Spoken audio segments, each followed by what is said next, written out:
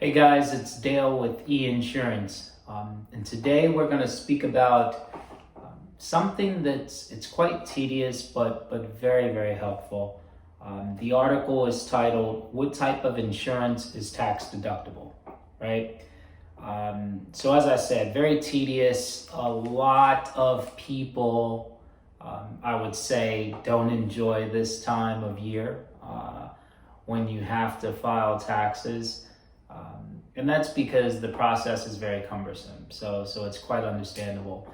That being said, the current administration has taken measures to try and streamline the process. The idea is to be able to file your tax return on an index card. How phenomenal would that be?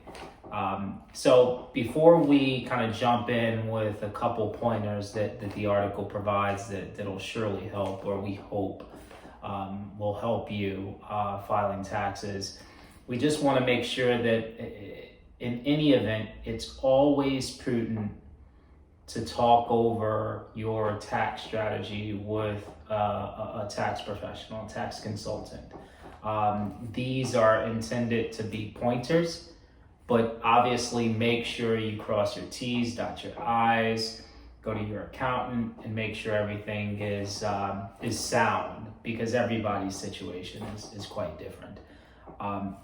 That being said, when you go and you're tallying up your insurance related expenses for the year, one of the things you want to keep in mind, especially as it relates to kind of auto and home insurance, that being renters and condos, and even PMI if you have a mortgage, is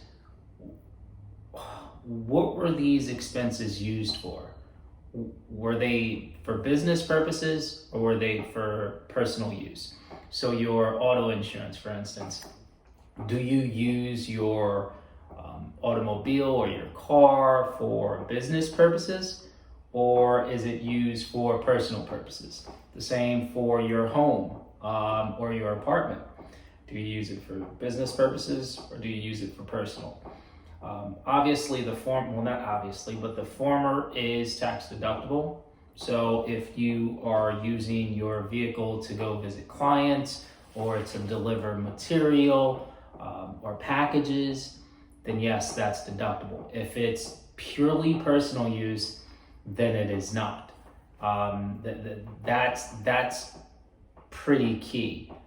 Just answering the question, is my insurance for my vehicle, is my home insurance, am I using these items for business use? If so, then those premiums paid are deductible. Health is kind of different. So let's say you've paid your health insurance throughout the year. If you were not reimbursed by your company for that premium, then it's deductible. If you were reimbursed, then it's not. So relatively simple for health, but slightly different from auto and business, right? Now, after you've tallied up all of your kind of deductible insurance expenses, that's not the end of your analysis. As I mentioned in the beginning, the current administration has tried to streamline this process, and in doing so, they actually increased the standard deduction that everyone's allowed to take. And oftentimes, you'll actually find that nowadays that standard deduction is higher than your itemized ones, right? So it makes you itemizing your expenses almost a moot point, right? Because the standardized deduction is higher. So that's kind of the last part of the analysis that you need to do. Kind of figure out, are my itemized deductions higher, or is it the standardized deduction? And once you make that choice, you're then ready to kind of, or that portion of your taxes is done and you're closer to being ready to file. But even in this case, once again, I cannot stress enough,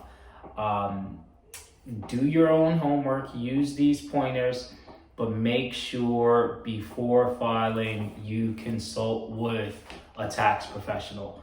It's always prudent to do so. We hope these pointers help you, and thanks for dropping by. We'll talk to you next week.